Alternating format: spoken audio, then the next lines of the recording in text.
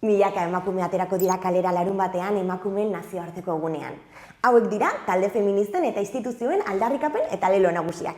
Martxoaren 8an kalera ateratzeko deia egin du Euskal Herriko mugimendu feministak. Faxismoaren kontra ausardia eta aliantza feministak leloa aukeratu du aurten.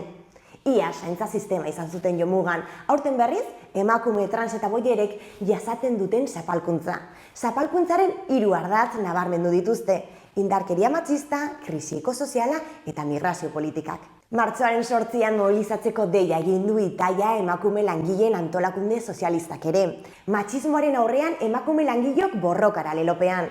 Antolakunde sozialistaren esanetan, instituzioetan, sare sozialetan eta kalean zabaltzen ari dira emakumeen kontrako jarrerak, baita matxismoaren existentzia ukatzen duten ideiak ere.